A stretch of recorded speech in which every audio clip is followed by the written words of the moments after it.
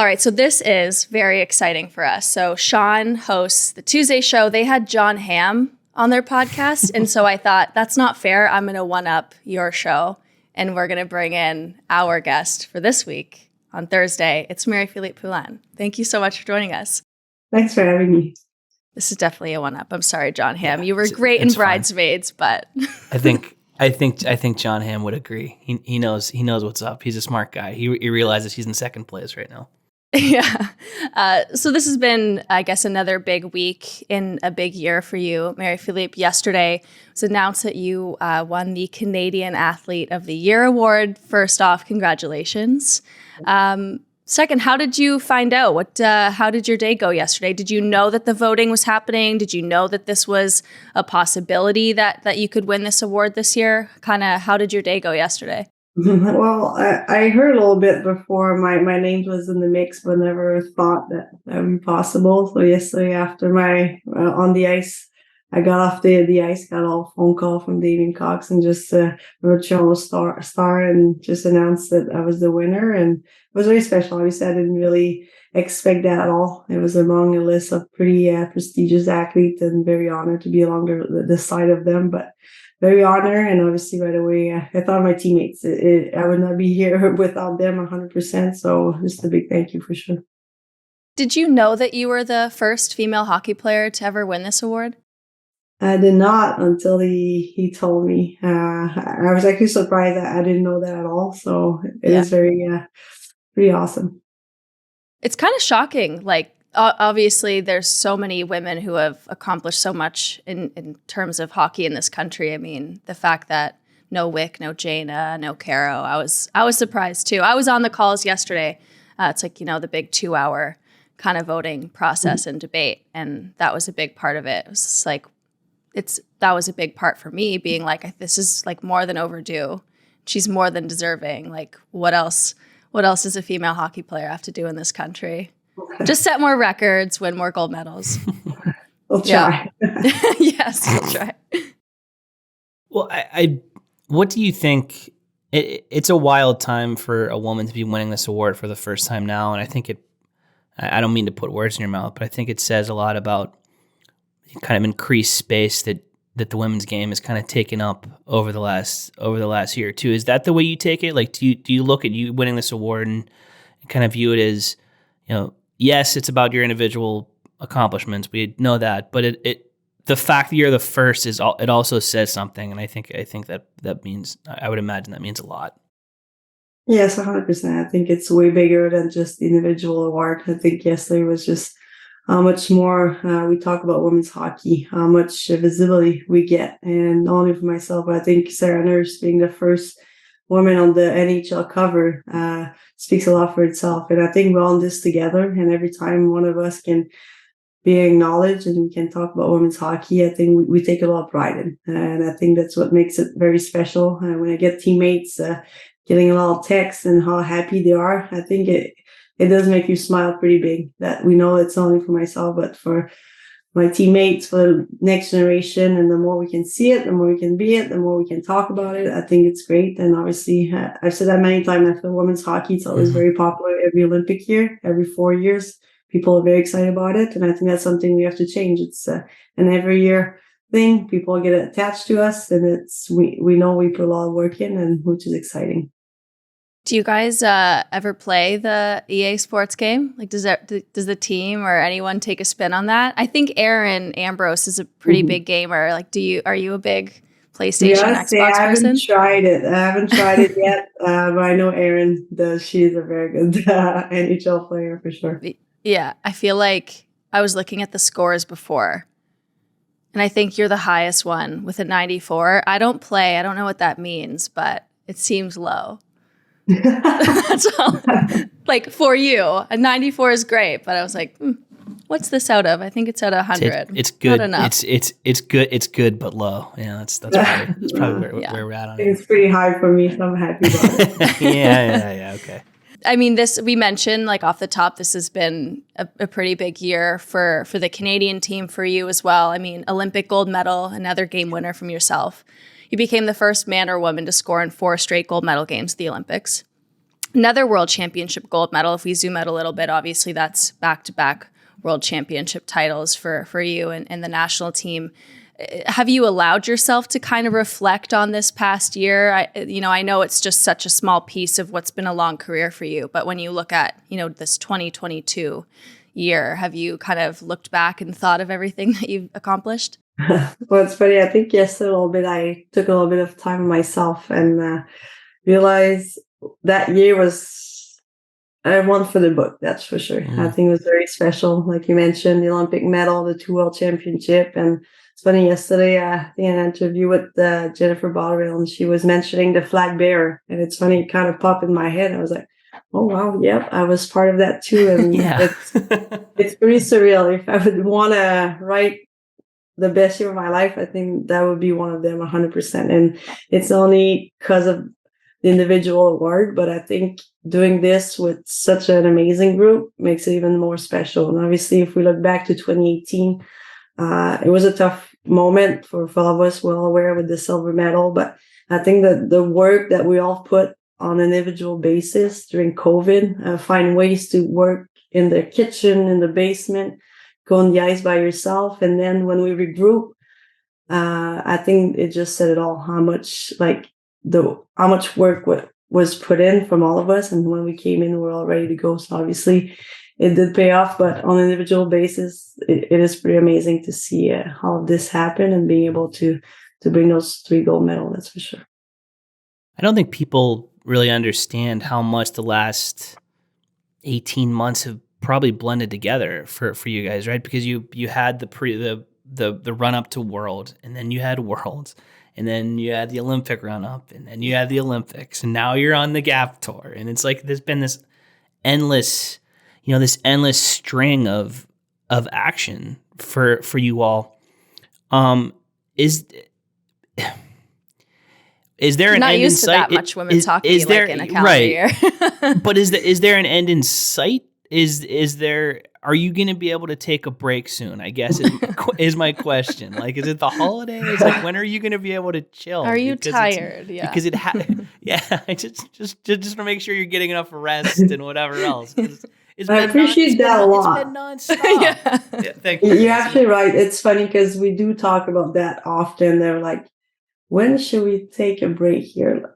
Can we? Because the next world is coming, or then this next series is coming, and it's true. Like, we've had that conversation many times, and it has been a very, very busy year for a lot of us. And obviously, we love what we're doing and we're passionate about it. But at some point, it will be needed from a physical standpoint and mental standpoint. All of us, we're human. We all need that, and it's gonna come. I think this year was special because of COVID. Championship got canceled. We had to kind of take that back. But I think, having that said, I think getting back to a world championship and hopefully a normal season, would be pretty exciting.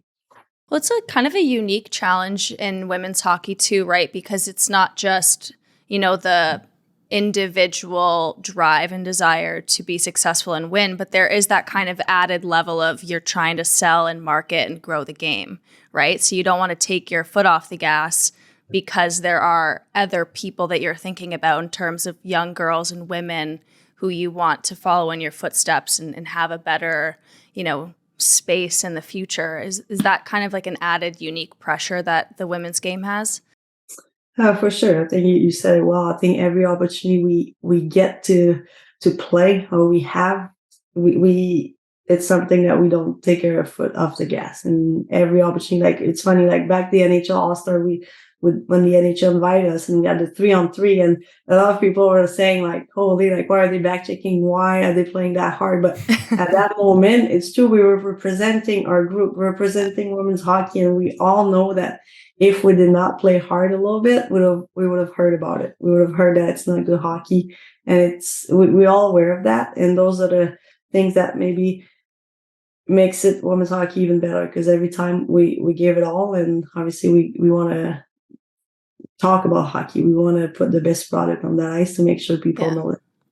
I remember that. I think people were like, oh my God, are they forechecking? Is that a back check? Like, oh my goodness, the forecheck and the puck retrievals at the All-Star game are incredible. I also remember Anne-Renee Desbiens kind of stealing the show. I remember people texting me after that being like, oh my God. I feel she does. Who does often. she play for? Yeah. She Oh my often. God. Yeah. Yeah.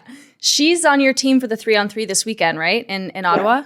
Mhm. And is that who, like, we're going to pre-scout this a little bit, I think. The skills competition. I feel like there's good goalies in this, but she's in the like, save streak competition, I think. She's probably got that in the bag. No pressure, but It should be a good competition. It should be fun for sure. I think Hailey kind of got at this. I was on the conference call yesterday when you accepted the award, and it's just, you obviously don't. You would rather not talk about yourself. You would rather redirect, questions to your teammates and whatever. We've seen it for years, but there's also that balance between like your personality and the way you are as a person with. You also have a Gatorade campaign, and you're also winning awards, and there also is that level of attention that comes with being as individually great at what you've chosen to do as you are. So how do you, as like maybe not an introverted person, but as someone who would rather like deflect credit and bring your teammates into it, how do you deal with that when it comes time to accept awards like this and be in commercials and whatever? How is that something you balance? Because I would imagine it's challenging. Yeah, no, it's a great question. I think to be honest, such a young age, I think like from where I grew up in my family, it was always never take anything for granted and put your head down and go to work. And that's something obviously I've been very fortunate in my career, how it went. Like obviously being a part of the national team, winning gold medals, being at the right place at the right moment for some goals. I think for me, it's just a taste. Like obviously, when I get those medals, it's like I want more. It's like a drug. Yeah, I love what I'm doing. I love being surrounded with great people. We push each other. It's something that's very fun, and I'm still trying to deal with these questions. Yeah, I get awkward. I don't even know where to go, but I truly appreciate it is very rewarding. Obviously, I love working hard. I love doing the work when no one is watching. Like it's not something that I strive for when everybody's watching, but those little things I've done my entire life, that extra rep that maybe one day is going to pay off. That's how I train. That's my mentality. And obviously when you train with the best, with your teammates, is something that makes you want to be better every day for them and for yourself as well. What does a typical kind of week look like for you when you're in this season? I know the World Championships is still a ways away. I'm not even sure what month it's in yet. I don't know if anyone knows that yet. We'll just skirt over that. But, when you're in season and you're kind of building up towards something, obviously not a centralization year because that's completely different. But what does a week look like for you training-wise? It's funny. Those are great questions, guys, because we're still trying to figure out. It's funny. It's like, when should we train to peak? When is our big thing? It's all things that's been happening for the last 2 years. And it's very hard because obviously right now we don't have a season, and we have our hubs in Montreal, Toronto, Calgary, and in Boston, Minnesota, and we all train kind of on our own. And in the weekend we come together and we're on the same team. So obviously it is different. We're all aware of that, but typical week here in Montreal is for us. We could be on the ice 5 days a week. We have ice every day. Obviously we're about 8 to 13 players here in Montreal, so it depends who works, who can come, and we have 2 to 3 workouts, depending if we play in the weekends, and then off we go. So let's say tomorrow we're off to Ottawa. We've trained 3 to 4 times on the ice, 2 workouts. So it's all different, but I do miss that season part where you actually practice every day. You practice that power play on the Wednesday, the PK on Thursday, and you're ready to go for the weekend. Those are things that I truly miss. And I went back to BU last weekend. Yeah. It was fun. It was fun to see that team mentality where you just really in your rank, you do your thing, you go to school. It was one of the best stories of my life. And those, I hope we get to repeat that when that league is on. And congratulations again, obviously for people listening and you hear BU, you got I did not inducted. say that to mention that. I'm sorry. It was just No. My goodness. Yeah. Marie-Philippe Poulin just called us out because we didn't bring up that she got inducted into the BU Athletics Hall of Fame. We missed one. I have it on my list. Excuse you. Yeah. It was just, we bumped it down. We apologize. But like you talk about that season and the hope for that. How are things going? I know I've done a story on it. I know internally there's a lot of kind of excitement and optimism about what's building with the PWHPA. Like how would you kind of say how things are going this year and what you guys are looking forward to kind of creating ideally in the year, I guess for next season, I should say. We all know like we have showcases. We get to travel a little bit in Canada and the US. We're able to showcase our product and we're pretty happy. We're very excited with what's coming. And obviously we have the right people behind us that's been working tremendously for us and put a lot of hours in. And obviously not everything is out there in the media as much as we would want. But there's a lot of things coming up and it's exciting for women's hockey. And we know, I think that next year will be something in place where we get to play, when we get to have a season where we get to play for something like a championship, which is very exciting. And that's something that's valuable in women's hockey. And we're going to keep, like you mentioned, every opportunity we get to play. And obviously this weekend is going to be in Ottawa and we get to showcase what we have. I mean, you mentioned competing for championships and the games. But yeah, I mean, I don't think people understand or don't fully grasp like what you all have lost by not having a league over the last couple years, right? Like you mentioned practice. That's a huge thing. Like being able to go out there every day and, you know, even if it's just work on the power play, forget like best on best competition, right? Like just in team set routine where you're like, all right, we're going to work and get better at this as a group. Are there other little things about being part of a league and part of a team and having that day-to-day routine that you miss? Like any specific stuff, like any stuff you're looking at where you're like, all right, I can see this down, like this is coming. It's going to be back at some point soon. And this is going to be a part of my life again. What other stuff do you miss and what are you looking forward to? Well, obviously we kind of like have this a little bit, but like every time you're part of a team and we all know like on the ice, like we love that. We remember that, but the moments off the ice, those are the moments you remember as a group and you travel together.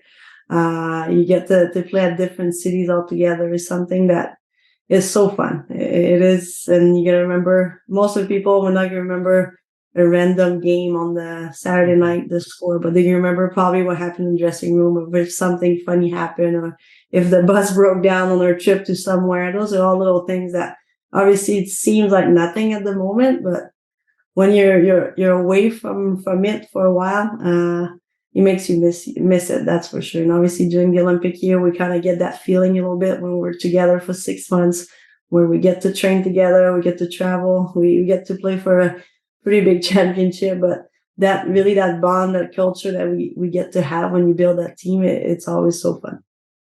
I think a couple of the things we wanted to ask you too, in terms of, you know, your teammates in the Canadian women's national team, some of your teammates too with the PWHPA. I believe you and Sarah Fillier roomed together. Was that during her first world championship? Yeah. And now just kind of seeing like that world championship, she kind of announced herself to maybe the people who weren't paying attention. I think anyone who watched her at Princeton or saw her on the come up knew what Sarah Fillier was going to be.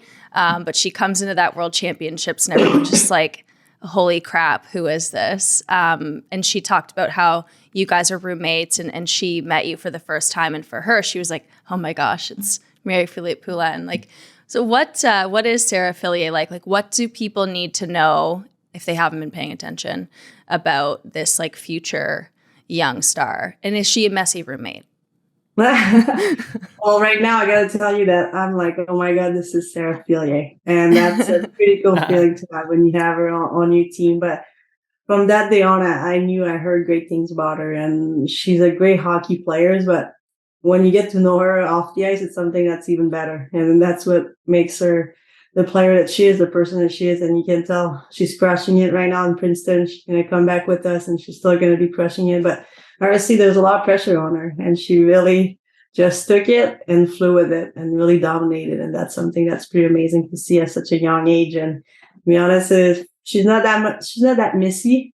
She's pretty clean, to be honest, but it's pretty awesome to see. You'll see she's shy, but when she gets comfortable, she's a great person, great player, and very happy to get to see her grow and see her mature and see really her play improve every day. And when I was in Denmark for the World Championships, I was in the mix zone. I wasn't actually interviewing her. I was kind of just like standing there awkwardly. I think I was waiting for something. Because that mix zone was weird. It was that like weird musty tent. And, It was like really hot and smelled funny. Anyways, it was great. I had a great 3 weeks in Denmark. And she was standing there and I was wearing this like cardigan. I don't even know where I'm going with this. It's fine. And she's like, did you buy that at the H&M down the street?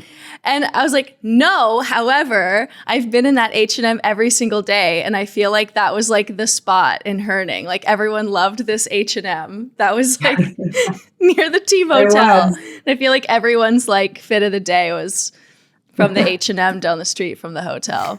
Can we confirm that was the spot? That's funny. It was a spot. A lot of us spent a lot of time there. So, yep.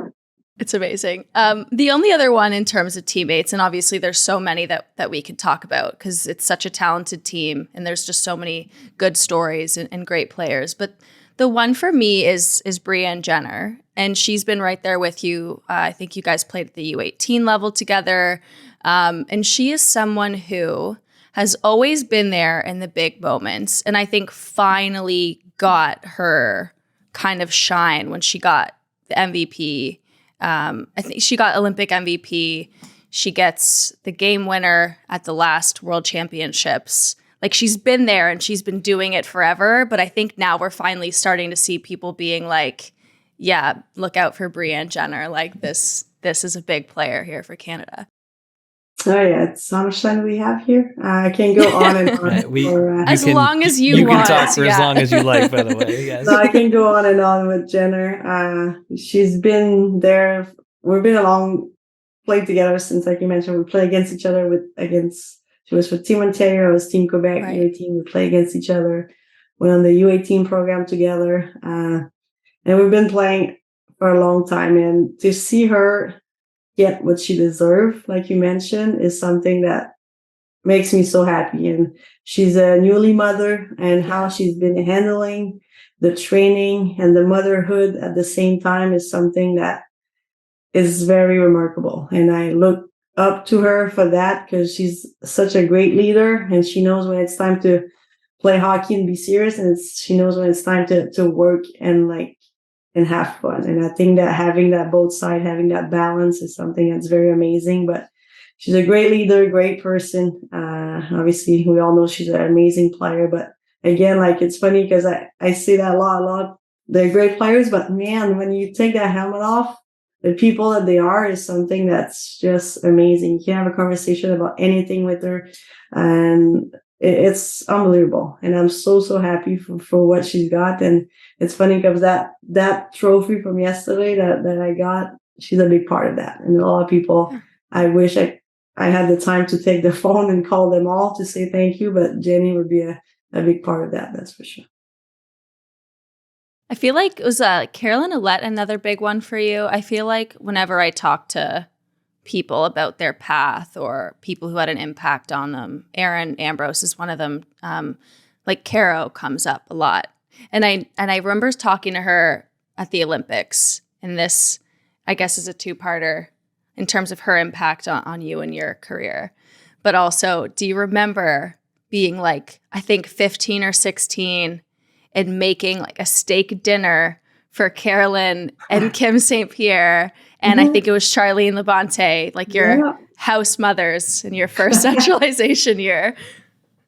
Yep, I do remember. I wish I forgot about it, but yes, I do remember. Why? What happened? Did you like burn the steaks? Was it undercooked? Because like that was centralization. That was my first time getting centralized, and they really helped me. They were a big sister to me, and I was living with them, and every day they would cook for me and really just did it. I was like the sous chef. So that's how much I was not doing much in the kitchen. I was just right. To be there. Passes the salt and pepper, exactly. garlic. Yeah. And kept it clean, you know? But like one day I got to the rink and I literally seen my stall, "You're cooking dinner tonight, period. See you later." So I'm really like, oh boy, okay, what does that mean? I look around, nobody was there, and it was like literally they left the full afternoon. They went to see a movie. They didn't even left me a car. I had to walk to the grocery store. Oh my God. Walk back to get this stuff.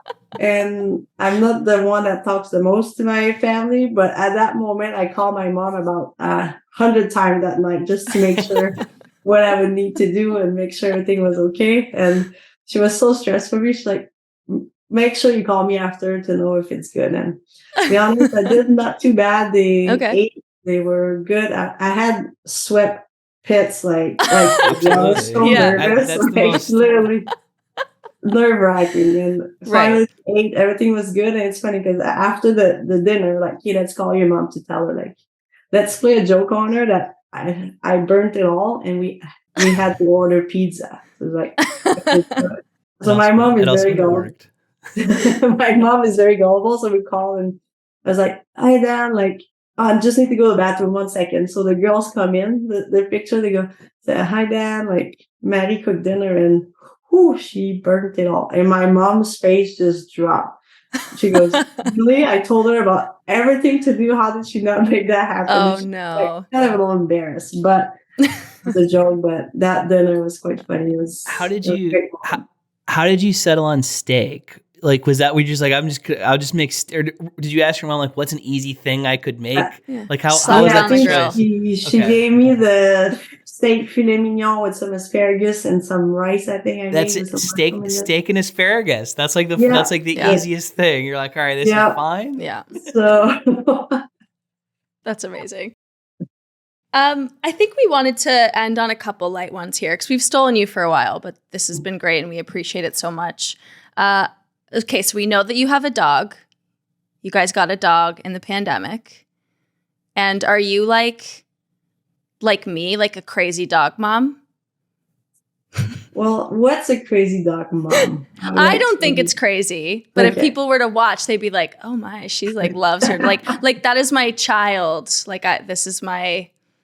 You saw Bono. He was rolling around the back. It's not crazy. I don't think it's crazy.